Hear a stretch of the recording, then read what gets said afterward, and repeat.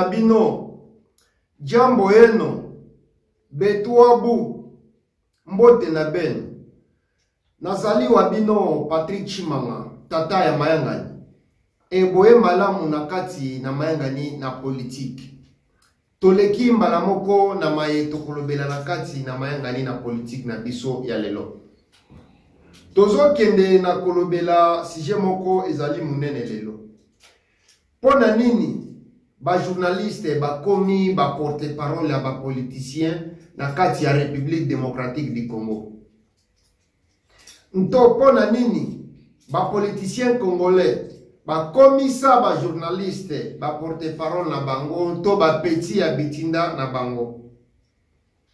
Yango nde tozo kende na komanyola na kati na Mayangani na politique na biso ya lelo. Mpe boye malamu lisusu. Mpamba te ba politicien congolais ba komisa ba journaliste ba petit ya bitinda na bango. Na esika biso ba journaliste to ba panzisango to sala musala na biso na lolenge esengeli to salango. Ba journaliste to ba panzisango ba poni kozala ba fanatique ya ba politicien congolais. Ba politicien ya miyibi oyo soki ba yibi mbongo ya l'État bien sûr na esika biso ba journaliste to ba panzisango. To belela to betantangwa kasi bapanzisango baponi na bango to bakomi ba défendeur ya ba les mêmes miyibi ya ba politicien. Nyonso wana po miyibi ya ba politicien wana ba kabela ka bango ba $20, ba pesa ka bango ba $50, ba $100, ba $200 par mois. Pe ba journaliste baponi ko bebisa musala na biso ya journalisme. Nyonso yo po bakoma na bango ba petit ya bitinda, bakoma na bango ba sankara ba politicien ba miyibi. Donc politicien ko yiba na ya ta $5 millions. Pe akeye a pesi ba petit na ye ba $100, ba $200, ba petit na ya ba journaliste. Mpe okomona ba petit na ya ba journaliste ngo bakeye ba sokoli. Balati pe kitoko. Baleki na bitando ike nto na ba TV babandi pe ko défendre ba politicien ba miyibi yango. Biso ba journaliste tozali 4e pouvoir. Mosala na biso ezali te ya ko défendre ba politicien miyibi. Mosala na biso ezali ya ko kengela démocratie. Tozali wana mpona ko kengela démocratie mpe kobelela soki ba politique basali mabe, nto soki basali malamu, nto soki ba politique bazo bebisa démocratie to démocratia. Pe tozali wana mpona koloba soki ba politique bazo sala malamu. Biso ba panzisango to ba journaliste tozali bato ya pouvoir te. Tozali pe bato opposition te. Journaliste azalaka na contrat na pouvoir te. Journaliste azalaka na contrat na opposition te. Kasi journaliste azalaka na contrat na peuple. Journaliste azali moto oyo azali na influence makasi na kati ya société. Journaliste akoki pe ko orienter bato ba voter songolo to ba voter pakala to ba voter X to ba voter Y. Soki media na République démocratique du Congo na ba journaliste to ba panzisango ba koma na bango ba petit ya bitinda ya ba politicien ezali pasi na mawa na ba politicien ya miyibi na oya malamu. Ezali pasi na motema mawa na zolo bango na mai na miso. Enyonso wana ezali faute ya l'État congolais à 100%. Je précise bien mes mots. Ezali faute ya l'État congolais à 100%. L'État congolais azali responsable numéro 1 ya kobeba ya musala na biso ya journalisme na kati ya République démocratique du Congo. Na mikili ya poto, nto na mikili misusu ya Afrique, oyo e developa, nto e mitosaka.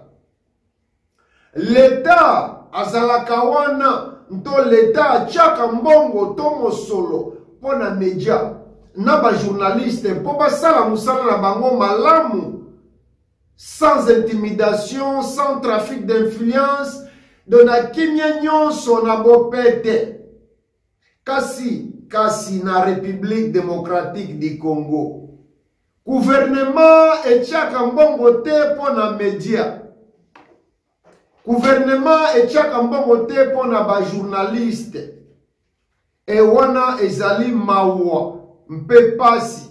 E yango wana ba journaliste misusu ba ponana bango okende ko zala ba porte-parole ya ba politicien. To ba journaliste ba komi ba mandia. To ba journaliste ba komi ba to matolo. To ba komi ba petit habitinda ya ba politicien congolais.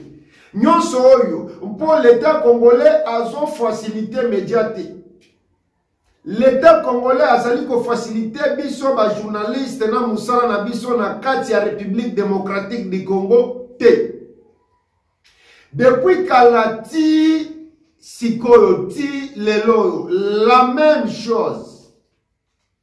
Wana ezali problème ya liboso toza nango. Problème ya mibale tozali nango ezaki média na biso ya République démocratique du Congo ezali fiable te. Donc, lokola média na ba journaliste bazo dépendre na ba politicien, moyen journaliste asala mosala na ye na neutralité nyonso, na honnêteté nyonso, na liberté nyonso ezali te. Yango wana mosala na biso ya journalisme eza ya kobeba nto ezokende na kobeba na kati ya République démocratique du Congo. Journaliste azwaka role munene na kati ya société. Journaliste azali mwinda na kati ya mboka. Journaliste azali bilembo ya nzela oyo esungaka ba chauffeur bayeba bisika bazali. Bapanzi sango, bakomi ba porte-parole na ba défendeur ya ba politicien ba miyibi na kati ya République démocratique du Congo. Ezali mawo, ezali pasi. Na solo bango na mai na misu lisusu, na répéter yango lisusu. Pamba te ba politicien yango ba kabelaka, ba journaliste yango ba mbongo mike, et moyen journaliste asala musala na ye ezate.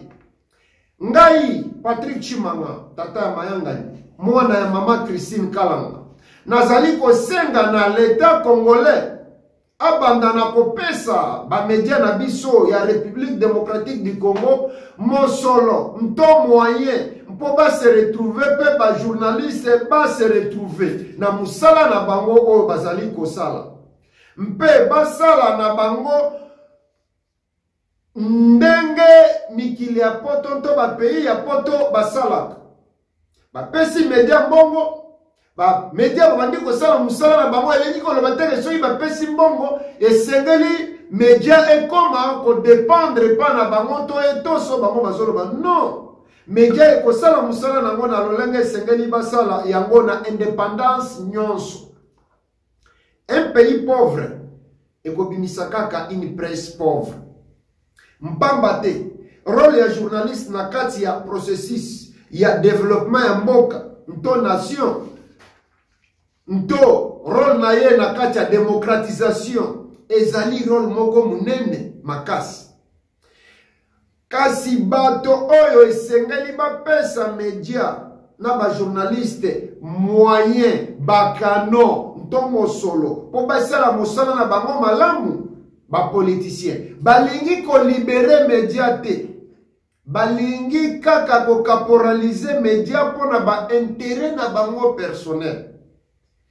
Ezo senga na ba journaliste nto ba panzi sango yo moko biso moko to mi libérer, Yo journaliste to mopanzi sango esengeli na yo oluka bakano nto ba moyen to makoki oyo ko permettre yo osala media na yo moko.